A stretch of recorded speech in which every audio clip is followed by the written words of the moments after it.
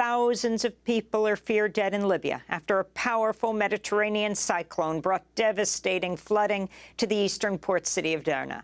Libya's National Center of Meteorology says the storm dumped more than 16 inches of rain on the city in less than 24 hours, causing 2 dams to burst, washing away entire neighborhoods.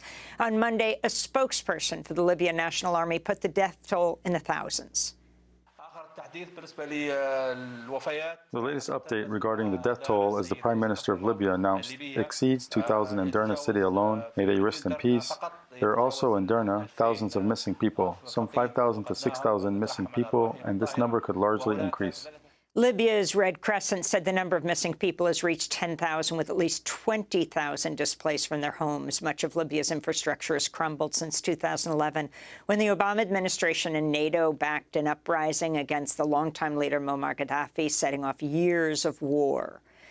The catastrophic floods in Libya were triggered by Storm Daniel, a rare hurricane-like cyclone in the Mediterranean known as a metacane. It's the same storm that brought unprecedented flooding to Greece, Turkey, and Bulgaria last week. In Greece, public health officials are warning residents against using stagnant floodwater amidst fears over the spread of disease, while supplies of clean drinking water remain scarce. Nearly a quarter of this year's crop production was lost to flooding in Greece's central agriculture-producing region. In Morocco, hopes of finding survivors of last Friday's devastating earthquake are fading. As the government said, the death toll is near 3,000. The United Nations says at least 300,000 people have been affected by the quake, a third of them children. Here in the United States, the number of major climate-related disasters so far this year has already set records.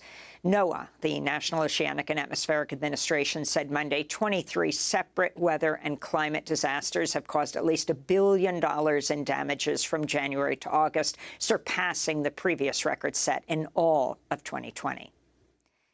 In Geneva, the United Nations top human rights official said Monday wealthy nations are failing to take steps needed to prevent the worst effects of the climate catastrophe. Volker Turk spoke to the UN Human Rights Council after the G20 wrapped up a weekend summit in India with no commitment to phase out fossil fuels. Climate change is pushing millions of people into famine. It is destroying hopes, opportunities, homes and lives. In recent months, urgent warnings have become lethal realities again and again all around the world. We do not need more warnings. The dystopian future is already here.